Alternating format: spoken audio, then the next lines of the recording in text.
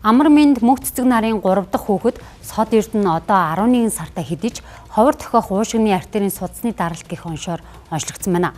За хүү 24 цагийн турш хүчил төрөгчийн аппараттай байдаг байна. Хэрэг хүүг эмчлэгдээд ирүүл болвол өдөр тутамд хэрэгэлдэг аппарат төхөөрөмжөө ижил төрлийн онцтой хүүхдэд өгөхийг хүсэж байгаа юм байна. Амар мэнд мөнх цэцэг нар 3 дахь хүүхдээ өлгийтэй авч бусдын адил хүүхдүүдийнхээ төлөө ажиллаж хөдөлмөрлөж ирсэн.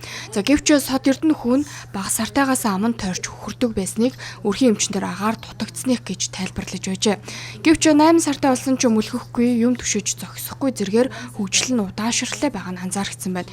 За ин Хинтээ аймгаас ирж их хүүхдийн эрүүл мэндийн үндэсний төвд үзүүлснээр хүндхэн мэдээ сонсчээ. Бид нэр ерөөсөө зүгээр авчирсан хүүхдийн маань сэхэрөө аваад орчихор чинь бид нар бүр сандраад л бүр за юу илээ гэж бодлоо. Тэгээд ерөөсөө эрчимдийн эмч нь гарч ирээд за хүүхд чинь ингээд хэрэнгүүтээ биеийн байдал нь маш муу байна.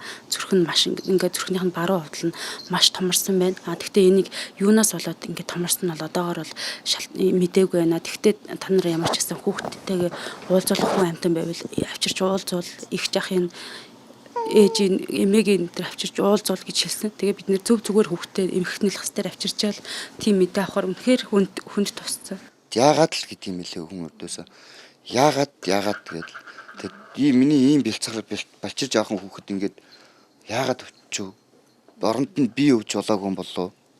Би одоо ямар нэг юм өгөөд миний хүүхэд ирүүл болох болоо тэ. Тиймэрхүү бодлол бол ингээд байнга л содогдоо.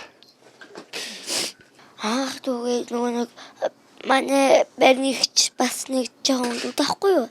Тэгээд 3-4 сартай юм. Тэгээд мөлөгчин гэдгийг сонсоод манай дүү нэг өөрөөс нь жоохон том болохоор яагаад мөлөхгүй байгаа юм болоо гэж санаа зовчихсан. Ирүүл сарвал бас тэрээс их юм мэдээ бас мөлөхөж сураас. Монголд эмчлэгдэх боломжгүй өвчний бүгд найрамдах хятад ард улсад 2 сарын хугацаанд эмчлэх боломжтой. За ингээд эмчилгээний зардал 150 сая төгрөг шаардлагатай байна. Хүүгийн гэр бүл хамаатан сад нийлж очоод гарах урсгал зардал болох 50 сая төгрөгийг өөрсдөө босгожээ. За харин эмчилгээний зардлыг бүрдүүлэхэд хүндхэн байгаа учраас Монголын ард түмнээсээ тусламж хүссэн юм а. Одоо нэг хандин маань бүрдээд хүүхд маань орчоод эмчлэгдээд одоо ингээд ирнэ штэ. Ирүүл болсон хүүхдүүд ингээд аппарат хэрэггүй болно. Тийм ээ. Тэнгуут яг миний хүүхчийг бас ингээд амьсгалын дутагдaltaй, уушгины асуудалтай, ийм хэцүү хүнд гэр бүл төр байх юм бол бид нэр одоо удаас авторсан одоо энэ аппарат энэ дахиад нэг аппарат байна. Одоо энэ нөгөө пульсийг нь хэмждэг ийм төхөөрөмжтэй хоёрч байна. Энэ бүгднийг хэрэгтэй хүнд ингээд хандивлнаа гэсэн бас одоо бодолтой байгаа. Тэгээд дэмдэмдээ гэдэг юм чинь энэс л үүсдэг юм билээ.